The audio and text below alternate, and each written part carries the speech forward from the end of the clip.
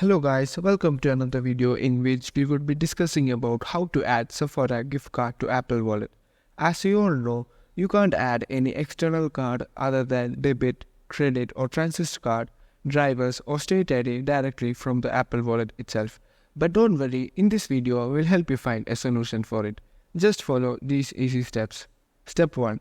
Go to App Store and search for Store Card. Install the app.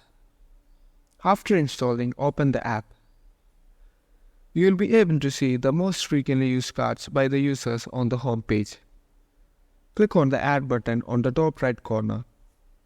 Now search for Sephora. Click on it. Now you can scan your card via the front camera or enter your card details manually. After doing this, click on Save. Once you have saved it, your card will be automatically added to your Apple Wallet.